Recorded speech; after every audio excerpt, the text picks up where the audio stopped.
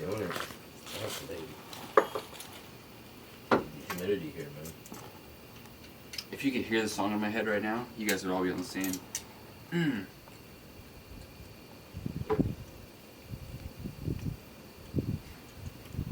Super hot.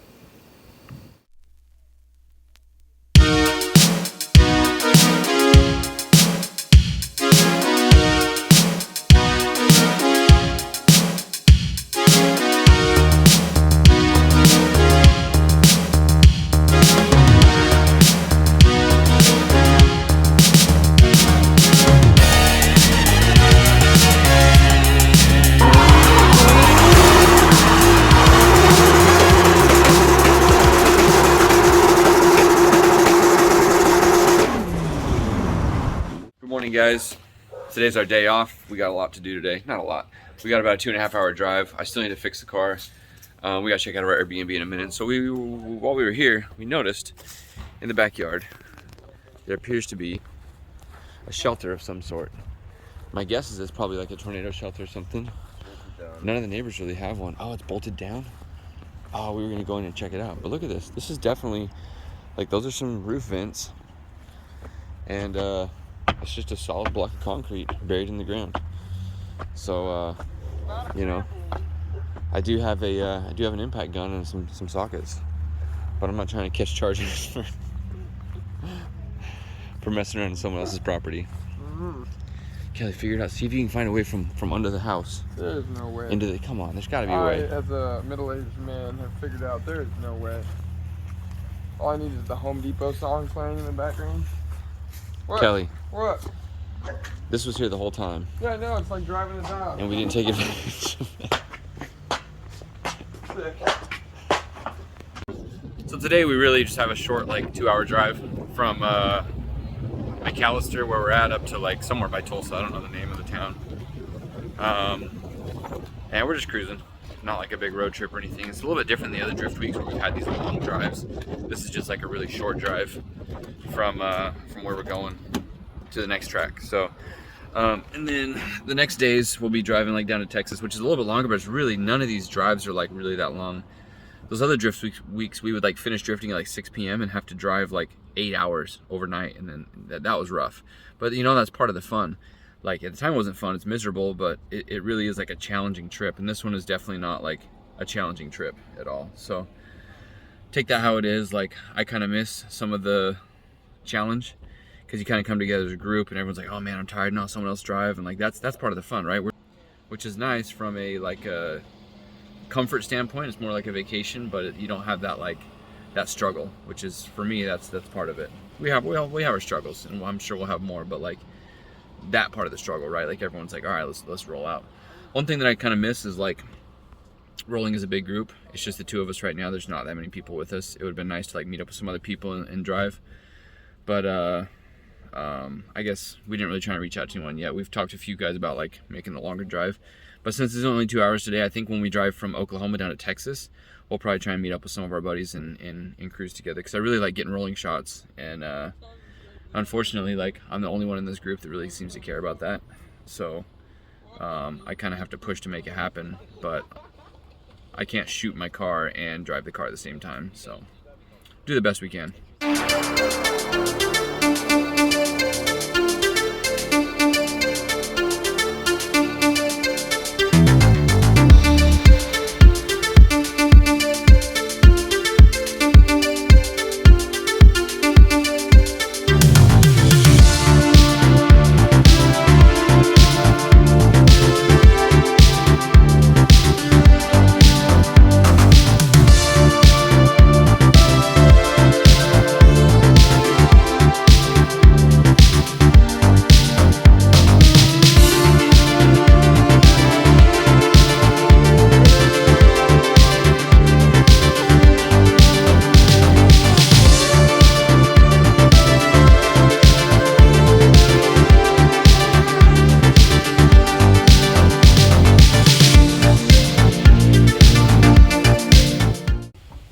This is pretty rough. We definitely need a solution for that catch can. This is after a 2-hour drive on the road. We got a lot more driving to do. Man, this is the worst thing. Aaron asked me in our interview what the worst thing about this car is. It's the fact that the back doors don't open. That's really got me like not good. I might actually take the door panels off and trim right here. That's how frustrating this is. It's gonna leave a big white mark, but a big white mark there is gonna be worse than chipping the paint on my front doors. And then my good friend Kelly decided to eat this rear door open, disobeying all the rules that he knows about, and just crunch this side too. So there's no sacred zone anymore on these doors. I want to get the door trims installed. I keep talking about that, but I really want to get that done today. So far we've got a fuel pump to do, a turbo to do, a catch can to do, and door trims to do. But we need to go eat right now.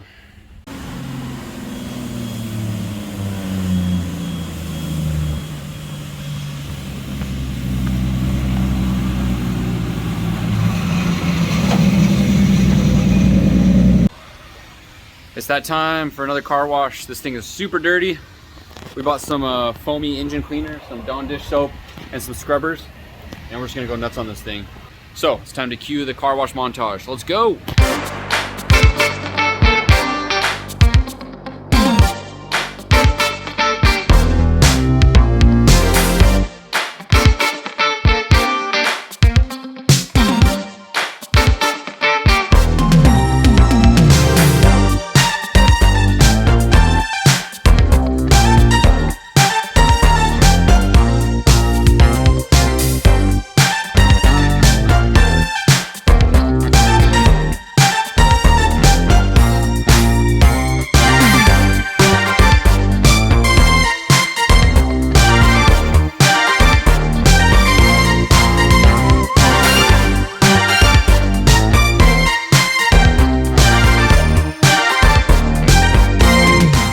Car's much better when it's clean. Love it. Really didn't take much too. Bought some sponges, some other stuff. I think we got our system figured out of how to clean this thing. Really what I want to do is fix the oil so it doesn't go all over the car, so we don't have to wash it every time. But man, I think now that it's clean, we'll probably we got some Meguiar spray wax. We'll go through and wax it down so nothing sticks to it.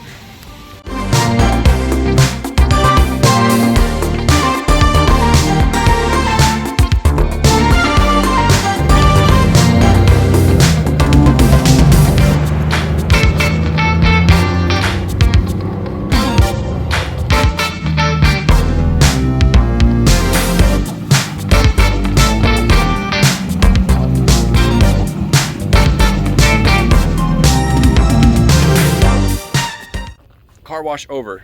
Fought through the Makaku, all set up. Here's what we got going on. We're gonna try and change the turbo. We're gonna try and change the fuel pump. Jesse's working on the catch can so we don't oil down the side of the car.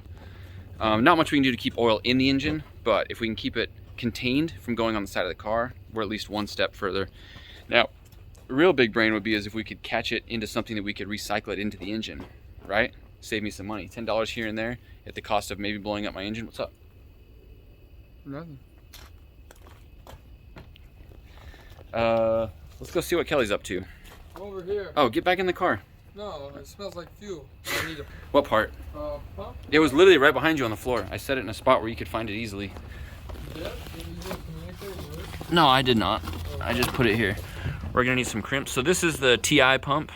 TI, what's that? I Not haven't heard of not this pump. TI like the rapper. Like T-Pain? No, The TI. Drifter? Oh man, that's a hot topic right now. Let's- Team T-Pain. So this is the Hellcat 525, 550, whatever it is. It's way more than that other pump that's in there. So, Quit turning it. well, Did you just? Kelly's gonna put that in there. Hey, what's? It was up there and then Okay. it fell down. All right, And all then I was like, I don't want it to fall again, so I just put it there because it's attached to the seat belt for cameraman purposes. If you need cameraman tips, I will say this: Brandon has some good tips for like attaching GoPro mounts and like camera suction cups and stuff. Look at this. Look at this ingenuity. Is that correct? That's the right word, ingenuity. Look at this. He zip tied it to the seat belt so that this goes on the outside of the window. I'm just tech tip. You put that there. You suction. You cup gotta it. take the yellow off. I'm not gonna do it right now. A little condom. Pretty sure I showed this in yesterday's video. Yeah, It stayed on. Yeah, Stayed it on. works. We should try it on the freeway tomorrow. 80 miles an hour. We were drifting that fast. We were drifting at freeway speeds. No. Tomorrow we will be. Fourth gear. Yeah, no, you weren't. Okay, Sorry, Kelly, I'm out of here. Okay. When you're actually touching the fuel pump, you call me and I'll come back. Okay, cool. So we're still up with the turbo debate. Kelly thinks I shouldn't change it. Debatable.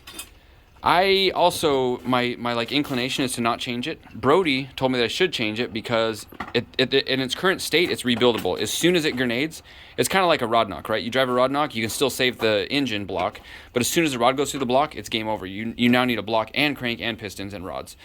Where the turbo, right now we can rebuild it, just needs a center section.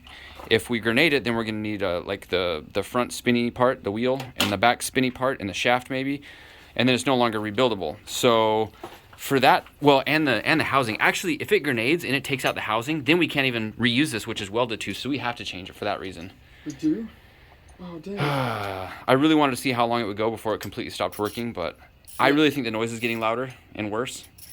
So my gut instinct is that we're going to change it. Problem is, it's hot right now and it's dark, but it's just work. Let's do it. We have, oh, what are they called? Artificial suns, bro. It's not dark. It's never dark. Look at this thing. Snap on. I'm going to shine it at the viewers. Look at that. That's bright. Can't say it's dark, but it's dark in there. Look at that. Oh, golly. What is going on? Is that oil? It's oil. That thing doesn't spin It should very spin. well. Yeah, it's bad. When you start it, it doesn't spin. And it did before. All right, the pump is out. There's a little bit of junk in the bottom of the tank. I was looking at that and wondering if like that was a possibility, but it's really not that much stuff. Like you see, there's a little bit of residue down there, but there's no way that amount of residue is going to cause such a problem, especially when, let's go look at the sock. Kelly, you got the pump over there? Yeah. What are you doing? I am southern, and I'm on my porch with my 2 pumps. Just because we're staying in a bed bug single wide doesn't make you southern. There was squirrels and spiders everywhere. I have to adapt to my surroundings. Let's see the sock on this. Is there a bunch of junk on the sock? No, man, it looks terrible on that one spot. So. Okay. Should we do a tech talk? Yeah. All right. Let me point this in your face. I thought you dropped it. All right, there. Okay. Now for a tech talk with Kelly Williams. Pew, pew, pew, pew, pew, pew, pew. Whoa. Hey, man. What's up? Hey, so your pump's hitting the bottom of the tank. That's the problem with your car. Your race car ain't gonna go fast if the pump can't pull fuel out of anywhere. Usually, if you look at this pump, this is a good example. This pump sucks from the side. You see it's got nothing on the bottom. The whole side sucker. Yeah, I hate that. It's a type of fish. Is it? I don't know. I'm not from the south. No, it's not. So this is an all-around sucker. It usually sucks through the whole sock, right? Mm. But it's only got junk in that one spot. And you had a bunch of junk in your fuel filter, but that's maybe not all from this. Anyway, we're thinking that this is like pressed up against the bottom of the tank, like that, and it's only sucking out of this one spot because this plastic piece is where it sucks from. So if it pushed around that somehow, it's only sucking through there. So we're gonna eliminate that with the new pump. Do you know that that's what causes rod knock on SRs? What? They have a pickup on the oil pan that's like that, and if you hit the oil pan at all, it literally pinches off the only place for the straw to suck up. Really? Yeah. Well, let's do a tech talk with Brandon. So, Right, but that's what it makes me. That's what it reminds me of. So what you could do? there. Turn it other way. What you could do is drill some holes in that orange thing, so that when that's pinched off, it sucks fuel from the side unfiltered. Is that what they do with the pickup? That's what I do. That's really smart. My SRs still No, blow up it's though. not, because you can suck air up. Well, you got to keep oil in the car. Oh, yeah, well, things we don't do. It's true. All your oil's up All right. everywhere but there. What's the move here? So- Is there any holes in that? Remember how we had the holes in this tube? Yeah, the rubber That happened. line. Yeah, that happened to me in Oregon. It looks pretty good. It looks pretty It good. does. We have one big problem though. What problem? This pump doesn't have a plug like an aftermarket plug, which usually, if you get real lucky, most of these plugs right here are the same. Yeah. You can like unplug and plug in your AM or your Walbro or whatever, even if you have to do a little modification. But this is a what pump? A Challenger pump? A Hellcat pump? Mm-hmm. It's hardwired. So Yes, sir. you left me some leads. I'm gonna crimp down, make it happy. That was Russ. Russ did that. Russ did this? Thanks, Russ. Yo, I'm curious. Ah, never mind. Anyway, this is what we're gonna do. We're gonna put this pump in here and make it work. Tech talk over.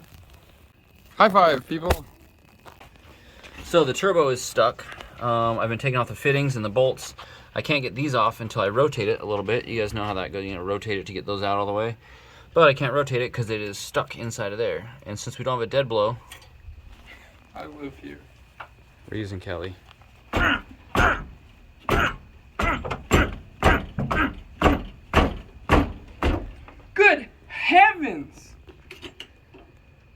Hey now. That's abusive. Whatever you do, don't hurt my turbo.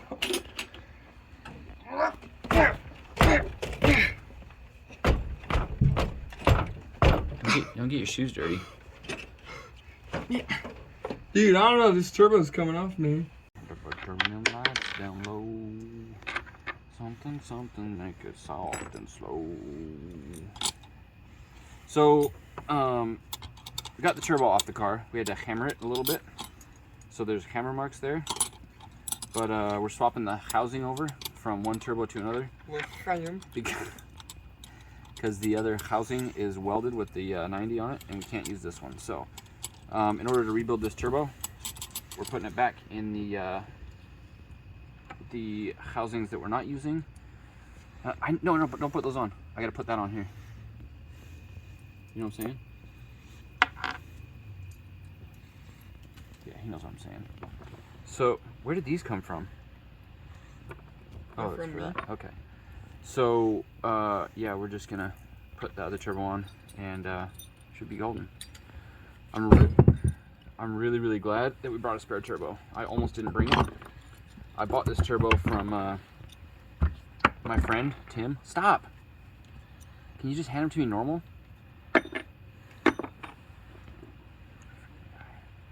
My buddy Tim. Tim, what? I bought this turbo from him. So thanks, Tim, for this turbo. Or else I wouldn't have a spare, and we'd be driving on a bad turbo, and I'd be upset with the world. But there is rust on it, so I don't know what's up with that. Kelly. Hey, you bought it from Tim. You just said that. Well, he's your friend. You just said he's your friend. Well, now that there's a problem, he's your friend. Oh. Well, shout out to Tim.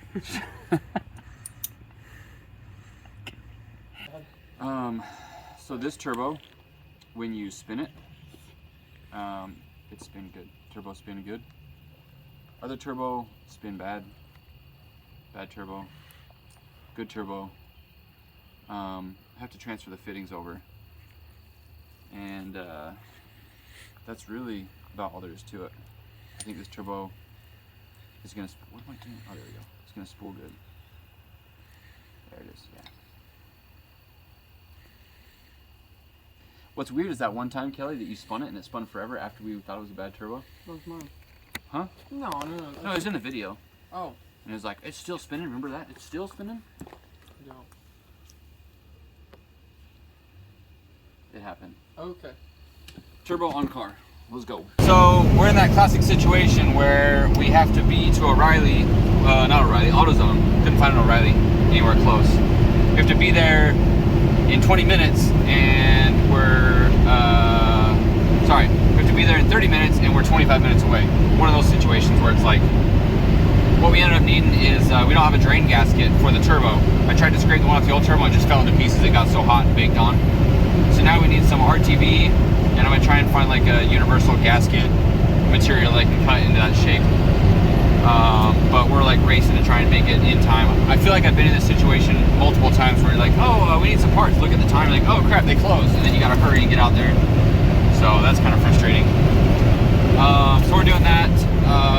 It's almost 9 o'clock, and we're right in the middle of doing this turbo job, and it's acting like they both should be 3576, but the new one is acting like it doesn't want to go into the housing.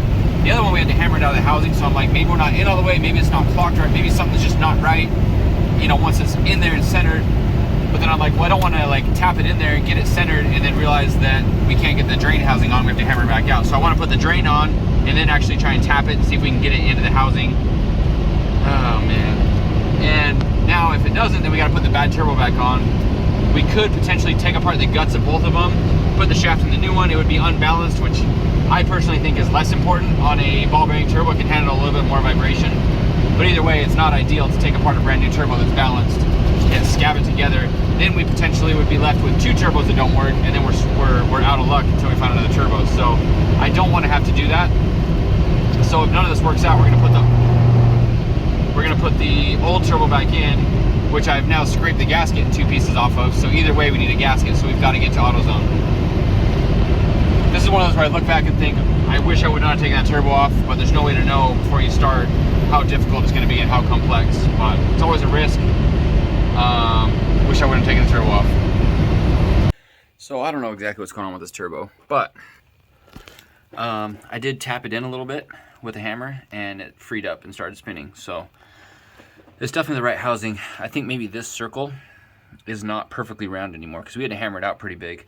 So I think it warped a little bit inwards because when I hammered it out, back out after tapping it in a little bit, I could see some abrasion marks right here. So I think that is a little bit tighter and it's a little bit ovaled out. So I'm gonna get the gasket made. I'm gonna put the drain tube on and then I'm gonna hammer the turbo in place.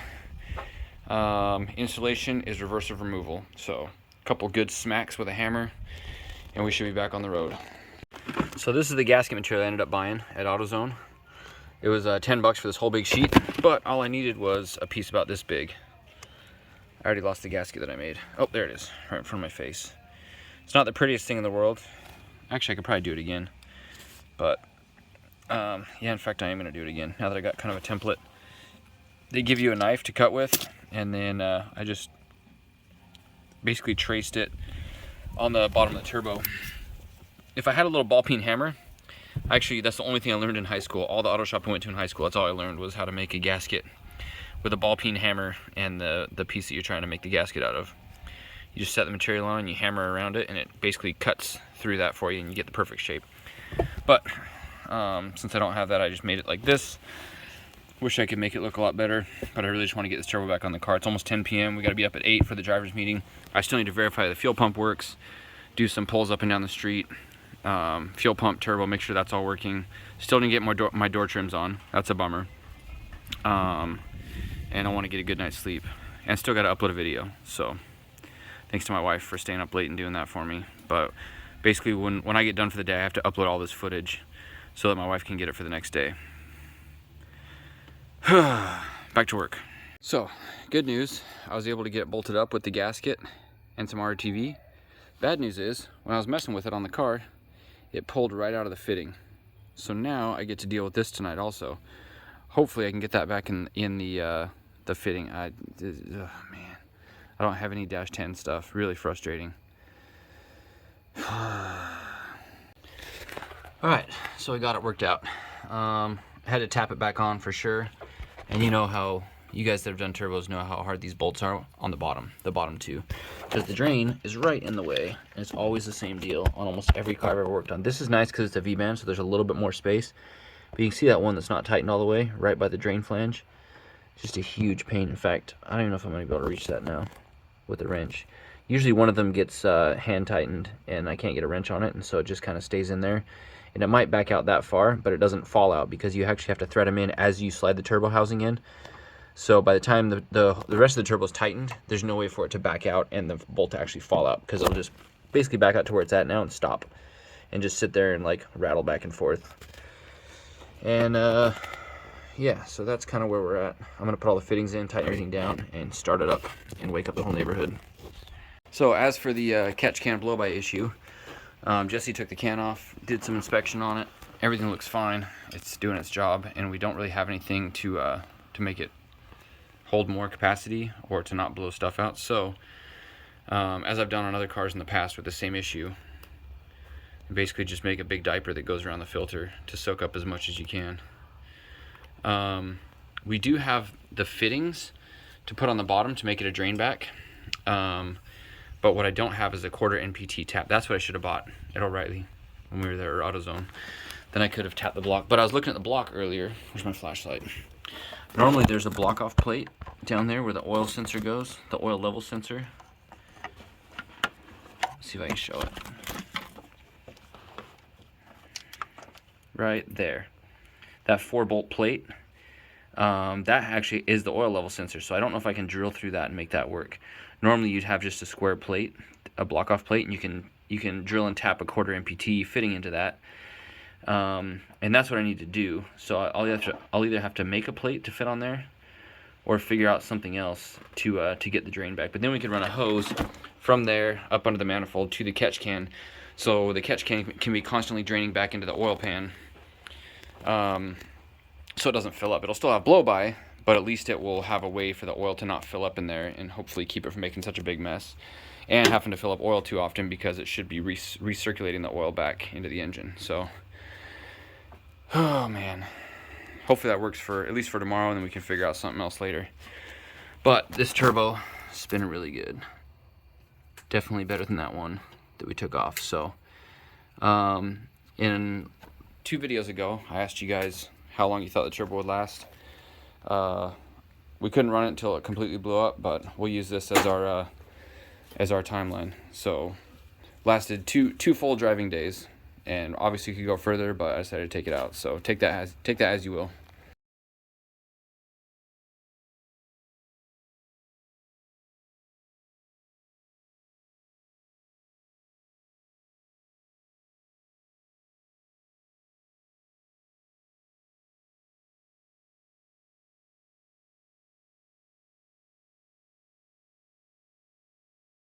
All right, so it's finally back together. Got everything sorted out. Got the oil return line back together. That's questionable. I hope that doesn't become an issue again, because I was able to slip it back in, but like I could pull it out, but it's in a spot where it's kind of forced in by like the angle that it's at. So I hope that stays together. I think it only came out because I was pulling it up on that line and like wiggling it. It didn't look like it had residue from leaking before. So we gotta go start it and drive around. It's midnight. So we're just gonna start it and get out of this neighborhood as quick as possible to not create a large disturbance. I'm just hoping everything works that we did, because we don't have any margin for error. Like, if there's any sort of issue with the stuff that we did, we don't have time to fix it tonight. So it'll probably mean a missed driving day tomorrow. So hopefully it all works out. We gonna go? Yeah. Laptop? Yeah. Cool. It's in the car. All right, so my first impressions, the car feels really good with the turbo. It no longer makes that noise. The ECU is cutting fuel for some reason when it hits a lot of boost, but it's not over boosting, because we just checked. I thought it was a boost cut, so we turned it up, didn't do anything. We're trying to figure out exactly what parameter is causing the fuel cut at like high boost in high gear, like 4th, 5th gear, which is where we're gonna be drifting in 4th and 5th gear tomorrow. We turn the defrost on. For once, we're gonna need the defrost. Windshield's fogging up. I feel good about having it installed. Oh, it's just like it's melting the windshield frost. That's some high level satisfaction. Anyways, EGO feedback is turned on, and I'm trying to see if the ridge limit. but it shouldn't cut. You know what I mean? It shouldn't. EGO feedback isn't gonna fuel cut. Well, I don't know if it hasn't a ridge limit, like it goes 850. No. It's a correction. It's not a fuel cut, and we're seeing it as fuel cutting. Yeah. There's EGO protection or something like that. Anyways, car feels really good. The fuel pump is no longer an issue, so that's fixed. So this car's ready to rip 4th gear tomorrow. I'm actually really excited about that. We just gotta figure out this boost issue. I don't want to be working on it at the track tomorrow, so I'd like to figure it out right now. 2 things I forgot, which is really dangerous. This could have literally just blown up my engine. One, I put 87 octane in for this part of the trip, which I usually do on drift week, even in my boosted cars, and we just drive it no boost, right? And I was like, all right, let's get to our destination and put 91. Forgot to do that. So that was a mistake. And second, I had my lean tune, cruise tune, both those things combined, and we were just doing boost pulls. So there's a difference. It's an eco tune. It's an eco tune. You're a professional. It's not a lean tune. It's an eco tune. Lean is fast until your engine blows up. Lean is mean until you blow it up. So we're going to the gas station to put 91 in it. We got beginners, bro. This is oh. Don't break my neck. Don't break my neck. Oh, broke my neck. Oh, I was in 4th gear. Anyways, I'm excited for tomorrow. I just gotta get it figured out. Yo, so we were out tuning and taking pictures, and we straight up got pulled over. Well, to be fair, we were already pulled over, and a cop pulled up behind us. And I was like, "What are you guys doing?" And then Kelly like sweet talked his way right out of it, because like the car's illegal. It's just we just don't want problems with cops in this car. And so Kelly sweet talked to the guy, didn't even ask for IDs, nothing. He's just like, "All right, well, you guys have a good night." Hey, he didn't even kick us out of what we were doing. And Kelly was trying to get a picture, but he got a little video of it, so we'll share that right now.